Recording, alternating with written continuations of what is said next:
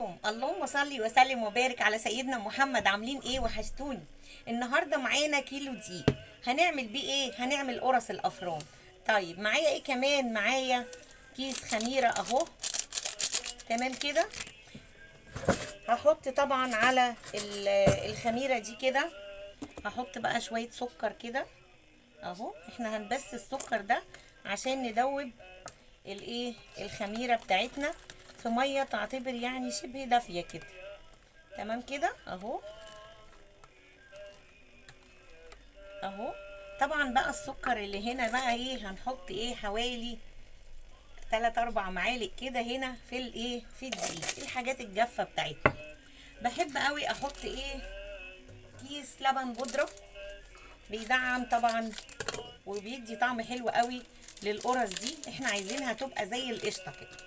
انا لقيت عندي قشطه اللبن قلت احطها فيها عشان تديها طعم ومذاق برضو ايه حلو جدا. تمام كده. هحط ذره ملح عشان دايما ايه بحاول ان انا ايه ما تناساهاش. تمام كده. عامله ايه بقى؟ مجهزه ايه كوبايه سمنه، بس انا دفيتها طبعا عشان عايزاها تبقى يعني يعني تلتئم معاها على طول كده اهو. انا بحاول اختبر الخميره عشان هحط لها معلقتين دقيق كمان اهو. حطيت معلقه وادي المعلقه التانية عشان الايه الخميره بتاعتنا تتفاعل بسرعه. تمام كده. مجهزه ايه بقى؟ مجهزه السمنه، كوبايه سمنه على كيلو دقيق. ولو حبيتي تخليها تبقى مقرمشه شويه هنحط ايه حبه زيت كده مع نفسنا. تمام كده. اهو انا حطيت في برضو عايزه اديها برضو هنا كوبايه زبادي اهو. تنزلي بكوبايه الزبادي بتاعتك. طبعا هجيب بقى السمنه بتاعتي اللي انا ايه سايباها تبرد شويه لان انا نسيتها على النار شويه اهو. هجيبها بقى لسه سخنه برضو اهو. هنزل بكوبايه السمنه بتاعتي كده اهي. خلي حبه كده. وهبدا بقى ان انا ايه الف الايه السمنه مع الدقيق بتاعنا. تمام كده. انا عايزه قرص الافران بتاعتي تبقى طريه وحلوه جدا. تمام كده. عبان ما اديها لفه كده هقيد الفرن واحط فيه طبق ميه على اساس ان ايه تستوي على البخار بتاع الميه. وهنا بقى زي ما انتم شايفين انا كنت هنسى السمسم اهو. حطيت سمسم ابيض انا كنت جايباه عشان اعمل معاكم طحينه، بس حطيته اهو في الايه في القرص بتاعتنا دي اهو. هشيل بقى المعلقه وطبعا الخميره بدات اهي تتفاعل اهو. اهو وهنبدا بقى نلف. انا طبعا ولعت الفرن وحطيت فيه ايه حطيت فيه طبق ميه سخنه وهتسخن بقى ثاني اكتر مع الايه. اول مره اجرب الطبق البيضاوي ده في العجين، بس مش عارفه حاسه ان هو بجيب العجين من جهات كتير. المهم يعني احنا بنشرب الدقيق للسمنه بتاعتنا اهو. كيلو الدقيق هتحطي له كوبايه سمنه اهو. وحطيت له طبعا قدامكم كوبايه زبادي. وهبدا بقى ان انا انزل بالخميره بتاعتنا اللي بدات تتفاعل دي كده بسرعه اهو. تمام كده. عشان طبعا العجينه تلم معانا وما يبقاش فيها دقيق خالص اهو. انت بتشربيها كده اهو. هنا طبعا لسه فيه دقيق اهو. بحاول ان انا اشرب العجينه بتاعتي المواد السائله بتاعتنا اهو. تعجنيها بطريقه سهله وبسيطه اهو، يعني مش هتاخد معاكي اي وقت. تمام كده اهو. وهنا بصوا بقى العجينه بقت في منتهى الجمال. هنزل باخر الخميره وهنا ده اخر بقى الماده الدهنيه بتاعتنا. تمام كده اهو. انت بقى لو عايزاها خشنه شويه هتحط لها ايه شويه زيت. انا حطيت سمنه كله كوبايه سمنه. تمام كده اهو. وحطيت طبعا كوبايه زبادي وكيس لبن بودره اهو. بصوا بقت العجينه، بصوا ملساء وجميله جدا. اهم حاجه شويه السمنه الزياده اللي هم بتوع الفطامه دول اللي في الاخر، هم اللي بيدوا للعجينه ايه الطعم والريحه اهو. بصوا ما شاء الله، والسمسم ظاهر رغم ان السمسم ده لسه مش متحمص، بس هيتحمص بقى في الفرن. تمام كده. بصوا العجينه بقت في منتهى الجمال وطريه جدا جدا. تمام كده. هتفكري بقى عايزه تحشيها ولا عايزه، انا بصراحه عايزه اعملها ساده مع الشاي كده اهو. احنا الايام دي صايمين برضو، بس ساعات بين السحور كده والفطار بنحتاج ايه بقى، قرصه كده مع كوبايه شاي اهي. هسيبها بقى تتخمر. انا نسيت اقول لكم ان انا حطيت معلقه خل اهو عشان تخلي العجينه بتاعتنا هشه. تمام كده. هغطيها واجهز السجون. انا طحنت الشمر ونسيت احطه عليها. الشمر بيدي طعم وريحه حلوه جدا اهو. انا طحنته طبعا ونسيت اقول لكم عليه، بس هو هيديها ريحه وطعم حلوه جدا. انا يعني حطيت، بس مش عايزه برضو ان انا احط كتير عشان آه، اهو. حبيت برضو افتح واوريكم في الكاميرا الشمر بتاعنا اللي انا عارفينها بقى، القرص بتاعت زمان اللي بنقول ايه قرص بالشمر، جميله كده اهو. هتشوفي بقى انت عايزه تعمليها قد ايه اهو. اهو كده انا شايفه كده دي معقوله اهو. وننزل بيها كده اهو. اهي كده كده بدأت تبان اهو.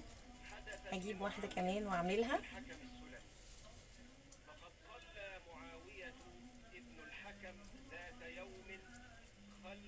اهي. وممكن برضو تعمليها بطريقة تانية، اللي هي ان انت تبططي العجينة وتقطعيها بالقطاعة اللي هي الكوباية كده، وتعملي الشكل اللي انت عايزاه اهو. بصوا بقى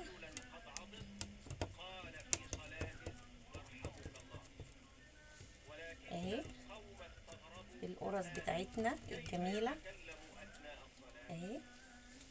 وممكن نعمل برضو خط كده اللي هو المنين، طالما مش هنحشيها حاجة وهنخليها سادة، يبقى ممكن نعمل ده مع ده وهما نفس العجينة، مش بنحتاج حاجة تانية اهو. بصوا بصوا الشكل يعني باين قدامكم في منتهى الجمال. ايه رأيكم؟ هخلصها وارجع لكم. وهنا زي ما انتم شايفين كده خلصت الصاج بتاعنا اهو. هبدأ اديله تنغيس كده بالايه بالشوكة اهو. طبعا انا سامعة الطبق بيطشطش بتاع المية اللي حطيتها في الفرن اهو. بصوا هنشوف بقى الايه الكيلو الدقيق هيعمل معانا كام قرصة وكام منين اهو. بصوا هنشوف بقى بتاع الافران ولا بتاع البيت، طبعا سمنة مضمونة ومعروفة اهو. بصوا ونبدأ بقى نغرس كده بالشوكة اهو. انا بحب القرص اللي هي بتبقى تحسي فيها بطعم السمنة كده، بتتذوقيها يعني. بصوا اهو. هبدأ بقى ايه، بصوا ولا خمرت ولا اي حاجة، هروح ادخلها في الفرن عشان نشوف التسوية هتعمل معاها ايه. تمام كده هروح ادخلها الفرن.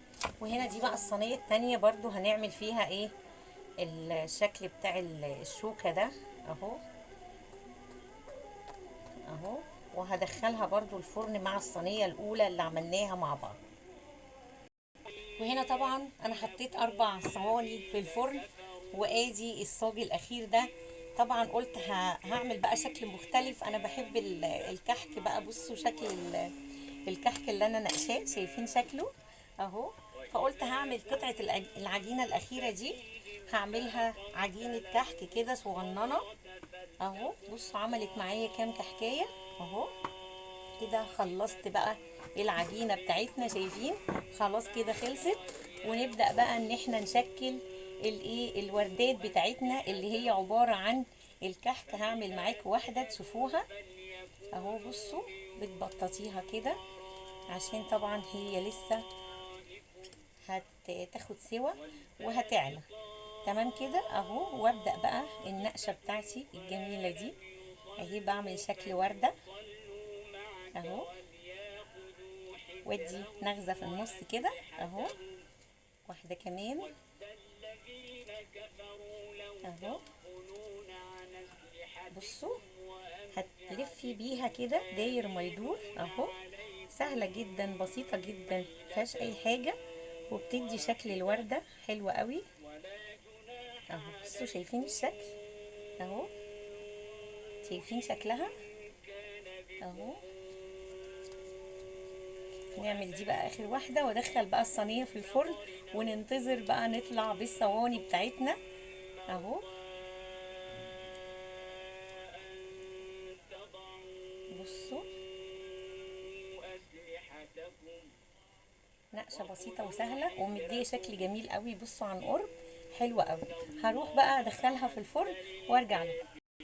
وهنا بقى كده الشكل النهائي. عايزه اوريكم القراقيش واوريكم القرص الجميله. شايفين حلوه قوي قوي. يعني انا مش عارفه بصراحه عد ايه بقى. هنا كده 9، غير هنا بقى، وفي كمان صاج لسه في الفرن. بصوا ما شاء الله، كل ده عملته من كيلو دقيق. شايفين الجمال، شايفين الحلاوه اهو. بصوا، ولا خمر ولا اي حاجه. كل ما هناك ان انا حطيت طبق ميه مغليه في الفرن، واديت الحجم والشكل الجميل ده. بصوا يعني انا مش عارفه اوصف لكم جمالها ونعوميتها. بصوا جميله جدا جدا، شايفين، وهشه وحلوه جدا. وما حطيتلهاش بودر اهو. بصوا حلوه جدا اهي.